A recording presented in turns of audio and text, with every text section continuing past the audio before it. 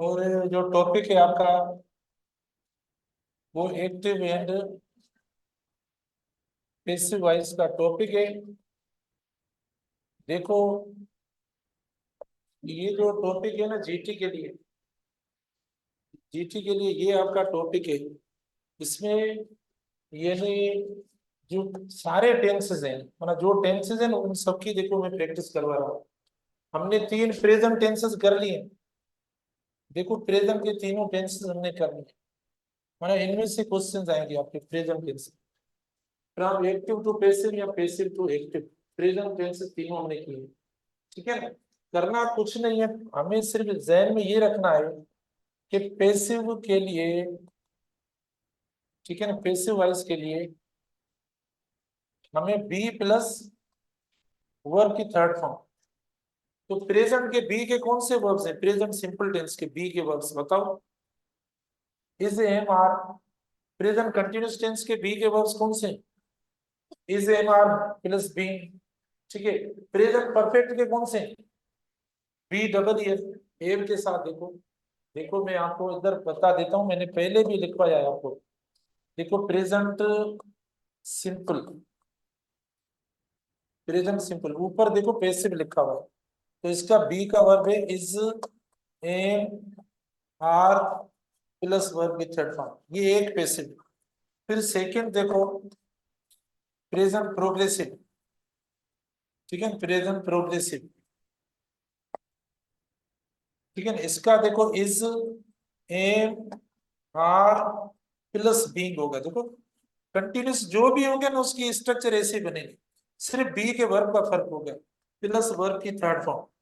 ये हो गया second tense. Number third tense देखो present, present perfect, present perfect tense. इसका देखो यानी बी का वर्ब बी ने, लेकिन चलो हम हैज या हैव साथ लगाकर ये 3 टेंस देखो।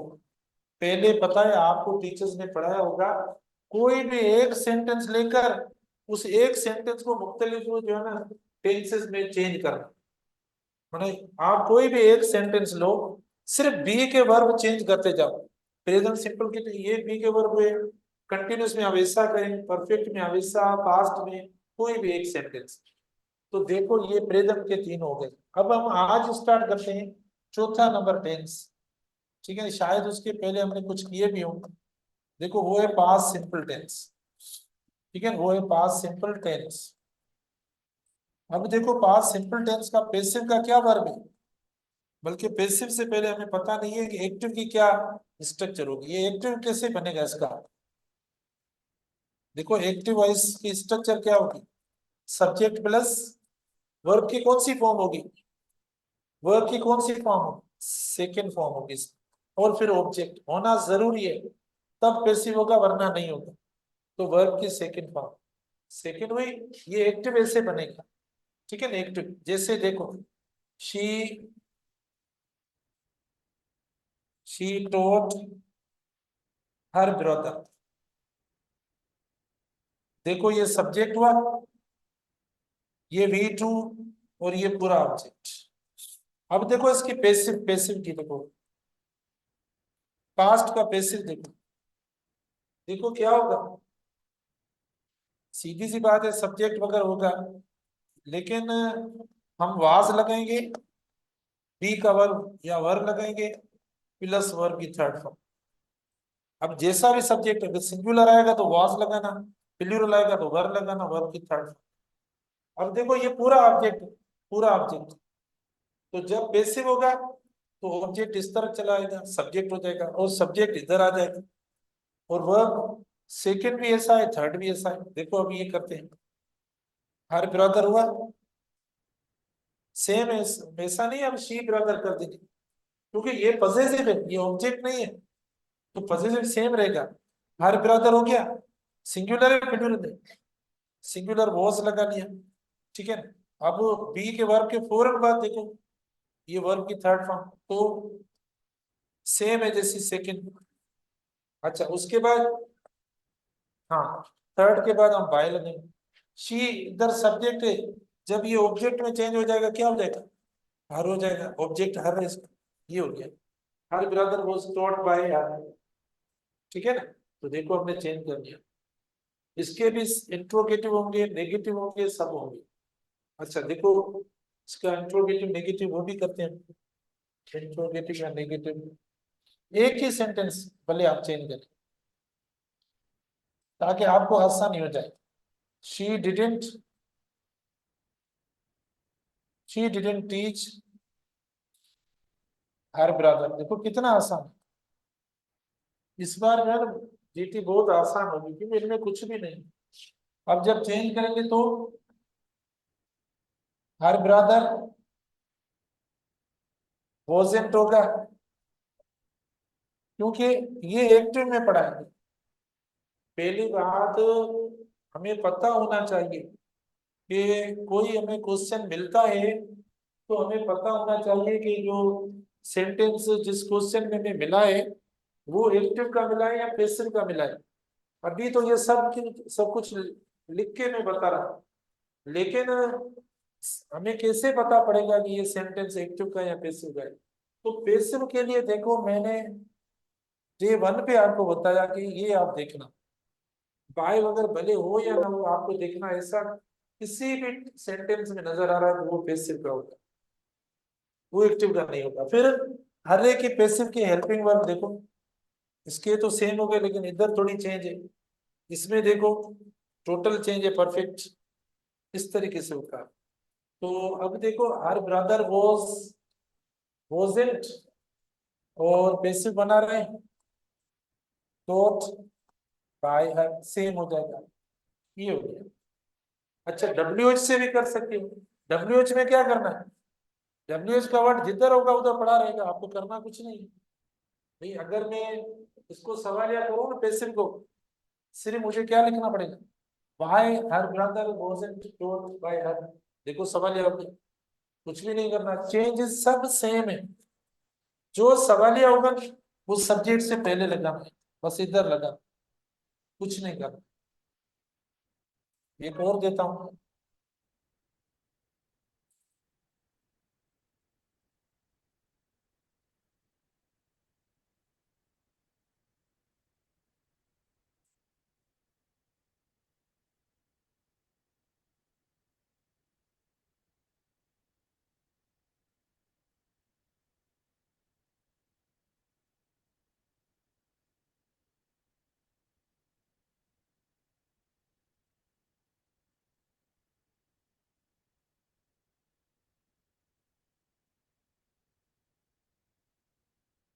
All the books were checked by the teachers,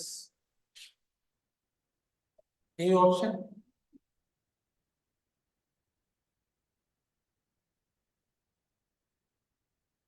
the teachers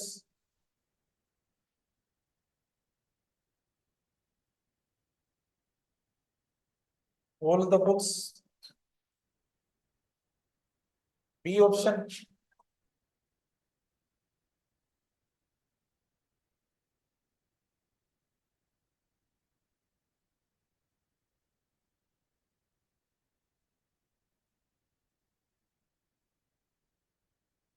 Get checked all the books, C।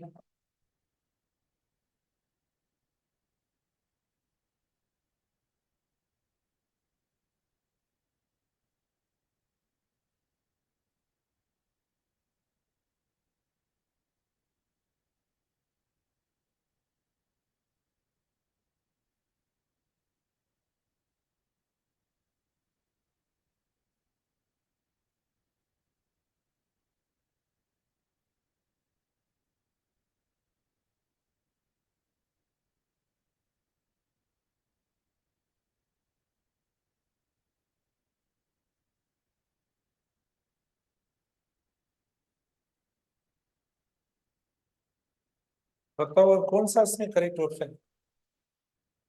देखो आप खुद समझ जाओ ना, अच्छी बात है। तो पहले देखो ये ऊपर वाला सेंटेंस किस में दिया हुआ है, एक्टिव वॉइस का है पैसिव का है। आपको कहां से लग रहा है ये एक्टिव का है, ये जो क्वेश्चन दिया हुआ है ना, ये क्वेश्चन ये जो सवाल दिया हुआ है ये किसमें दिया हुआ है, एक्टिव में या पैसिव में? पैसिव कहाँ से पता पड़ता है? आय के अलावा और भी है, देखो बी का वर्ब हुआ प्लस ये क्या है, थर्ड फॉर्म, मतलब ये पैसिव हो गया। इसका मतलब अब जो ऑप्शन हमें सही करना है, अच्छा ये पैसिव किस टेंस का है? पास्ट कौन सा? पास्ट सिंपल का है। ये इस तरीके से पहचानेंगे तो होंगे आपके, नहीं तो नहीं होंगे। आपको पहचानना पड़ेगा सेंटेंस में, सिर्फ थोड़ी आपको एक्टिव का दूंगा तो आप पैसिव में चेंज करेंगे। मतलब मुख्तलिफ सवालात होंगे आपके लिए। तो देखो हमें पता पड़ा कि ये बी का वर्ब हुआ और वर्ब की थर्ड फॉर्म हुई, फिर बी प्लस वर्ब की थर्ड फॉर्म पूरे हमें मिल गए इधर। फिर वो टेंस कौन सा हुआ, पास्ट सिंपल में। ऐसा वर्ब जो है पास्ट सिंपल में होता है। अभी मैंने बताया है आपको, देखो अभी हमने लिखा है, ठीक है ना। इसमें सेकंड फॉर्म इस्तेमाल होती है, ठीक है, इसमें सेकंड फॉर्म इस्तेमाल होती है। और इसके पास्ट के पैसिव में देखो ये वाले वर्ब होते हैं, वाज और वर्ब प्लस वर्ब की थर्ड फॉर्म। ये हमने आपको बताया।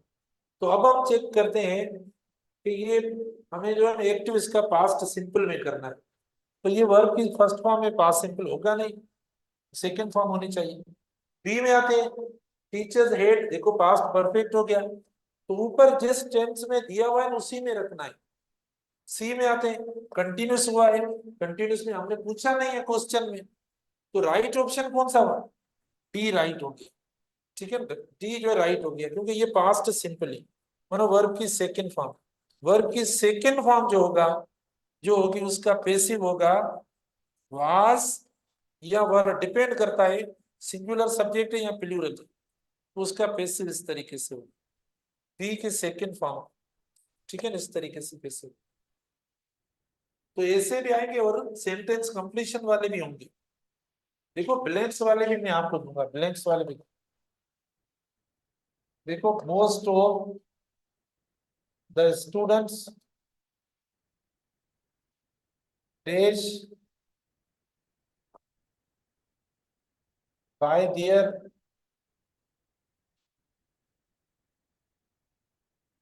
Most of the student dash by their teachers. तो अब ऑप्शन ए टोट, ठीक है, बी ऑप्शन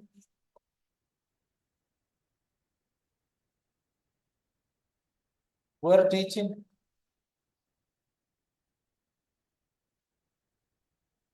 सी ऑप्शन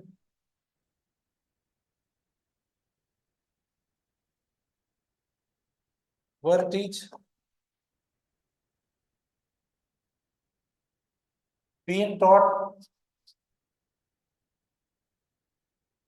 चलो एक और ऑप्शन दे देते हैं, ई, जो कि नॉट। अब बताओ इनमें से कौन सा सही है कौन सा गलत है। Most of the student dash by their teachers, option A taught, B option were teaching, C option were teach, D being taught और नॉट।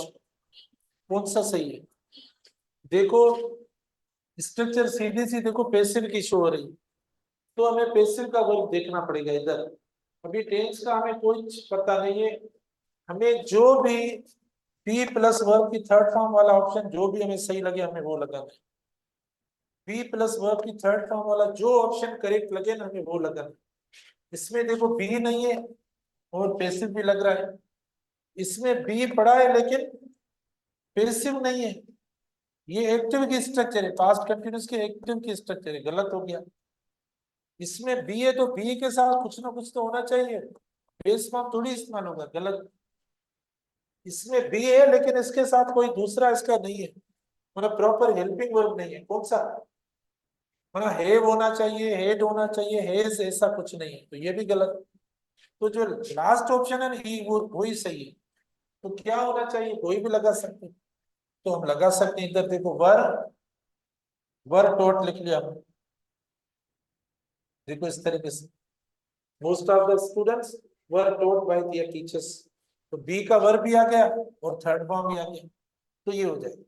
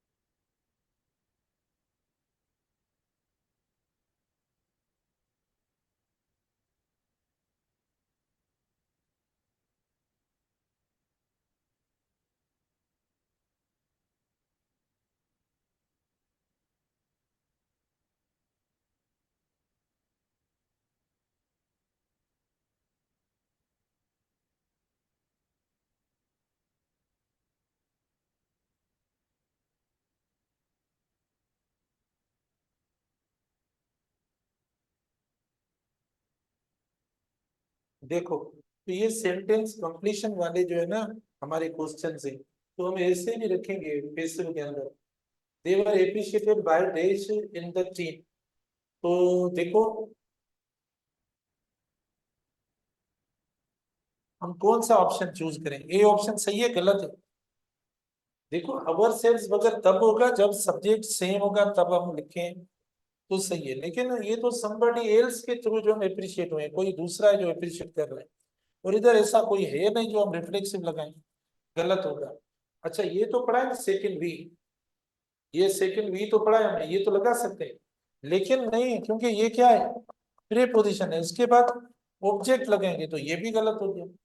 अच्छा देखो माई सेल्फ, अगर आपने रिफ्लेक्सिव इसको गलत कर दिया है तो ये भी गलत हो जाएगा, रिफ्लेक्सिव तो नहीं लगेगा इधर, क्योंकि रिफ्लेक्सिव की कोई माना लॉजिक ही नहीं बन रही सेंटेंस के अंदर, ना कोई आय है इधर ना वी है कि हम उसको रिफ्लेक्शन करें, और सब्जेक्ट ही नहीं हमारा वन वगैरह या क्या पोजीशन की तरफ कुछ पूछ नहीं रहा है, तो ऑप्शन कौन सा सही हो रहा है? देखो लास्ट सही हो रहा है, they were appreciated by us in the team, इस तरीके से हो रहा है, ठीक है।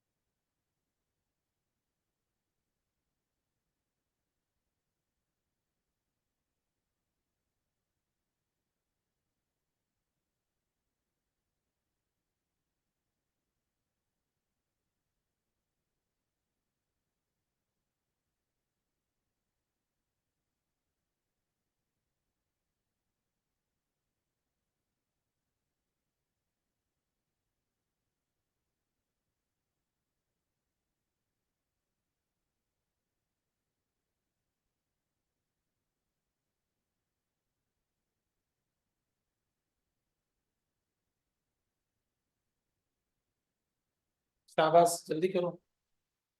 देखो the ring dash of gold, made of gold is making of gold, been made of gold is making of gold, और ई ऑप्शन है नन ऑफ देम।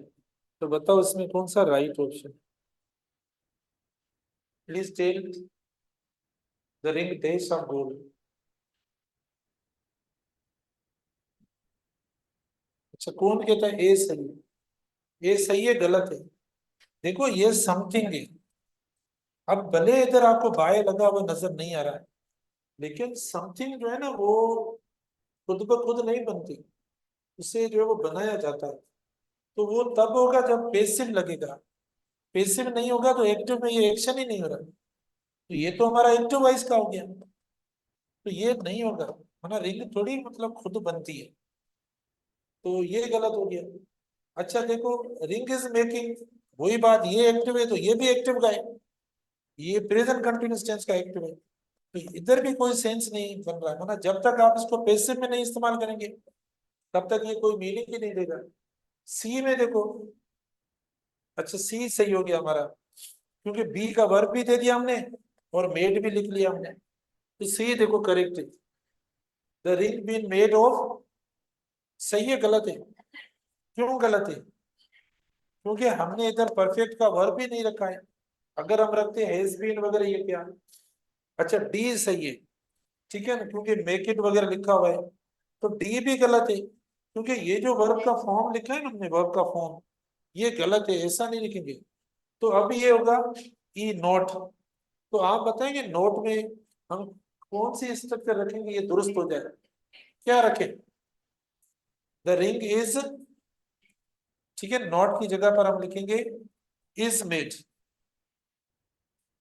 अब देखो सही हुआ, तो कुछ ऐसे समथिंग वाले सब्जेक्ट होते हैं जो खुद एक्शन नहीं करते, तो इसीलिए वो जब तक पैसिव में नहीं लिखे जाएंगे तो वो गलत हो जाएंगे।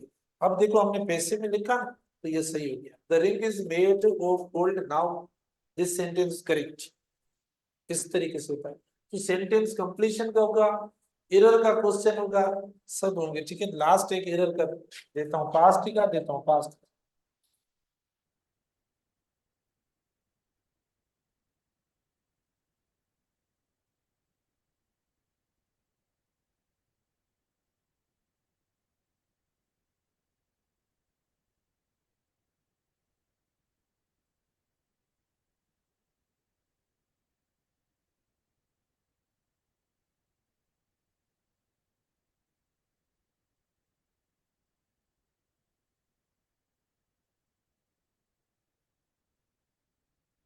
ई ऑप्शन हुआ,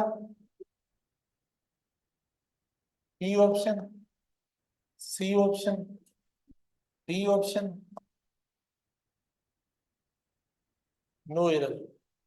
ठीक है ना, her class fellows were allowed in the class.